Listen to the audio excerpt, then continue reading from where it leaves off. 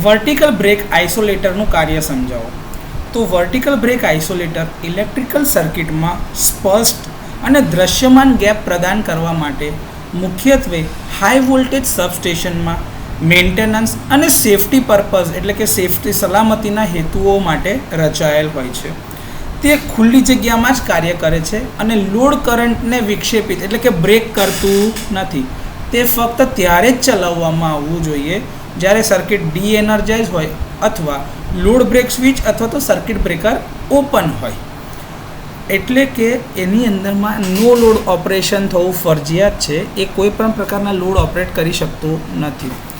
બંધ સ્થિતિમાં એટલે કે સૌથી પહેલી પ્રારંભિક સ્થિતિની અંદરમાં મૂવિંગ કોન્ટેક્ટ જે ત્યાં આગળ એના પોસ્ટ ઉપર લગાડેલો હોય છે, પેલી બ્લેડ જે આડી મૂકેલી હોય એના કોન્ટેક્ટ્સમાં ઉપર ઇન્સ્યુલેટરની ઉપર, એ આડી સ્થિતિમાં હોય છે, જે બંને બાજુના ફિક્સ કોન્ટેક્ટ સાથે નિશ્ચિતપણે જોડાયેલ હોય છે.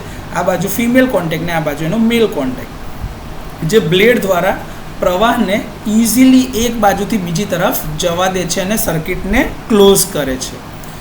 અસામાન્ય પરિસ્થિતિ એટલે કે ફોલ્ટની પરિસ્થિતિ દરમિયાન અથવા તો બ્રેકરના મેન્ટેનન્સ દરમિયાન, જ્યારે બ્રેકરનું મેન્ટેનન્સ કરવું હશે ત્યારે બ્રેકર ઓપરેટેડ એટલે કે ઓપન અવસ્થામાં ઓપન સ્થિતિમાં હશે તો તે ટાઈમે આઇસોલેટર ઓપન કરી શકાશે.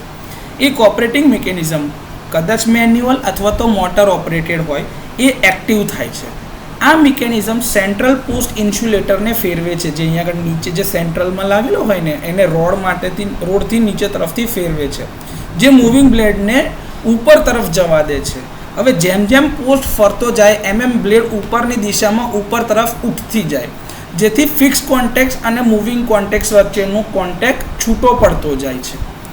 બ્લેડ વર્ટિકલ પોઝિશનમાં જ રહે છે, એટલે કે દૂરથી ઓપરેટિંગ મેન્ટેનન્સ કરવાવાળા જે બી માણસો છે જે ઓપરેશન માટે કાં તો ઇન્સ્પેક્શન માટે જઈ રહ્યા છે, એ લોકો દૂરથી જે વસ્તુ જોઈને ખાતરી કરી શકે કે ભાઈ સર્કિટ ડી એનર્જાઇઝડ છે, એટલે કે સર્કિટમાં કોઈ પણ તરફથી પાવર પસાર થઈ રહ્યો નથી. ક્લોઝિંગ ઓપરેશન દરમિયાન ઓપરેટર જે છે એ પોસ્ટ જે હોય નીચેથી એને ઊંધી દિશામાં એટલે કે વિરુદ્ધ દિશામાં ફેરવે છે અને બ્લેડ પાછું નીચે તરફ ગતિ કરે છે અને ફિક્સ કોન્ટેક્ટ સાથે ફરીથી જોડાય છે, જેનાથી સર્કિટમાં કન્ટિન્યુટી એટલે કે સાતત્ય પુનઃસ્થાપિત થાય છે. તો આ રીતે વર્ટિકલ બ્રેક આઇસોલેટર કાર્ય કરે.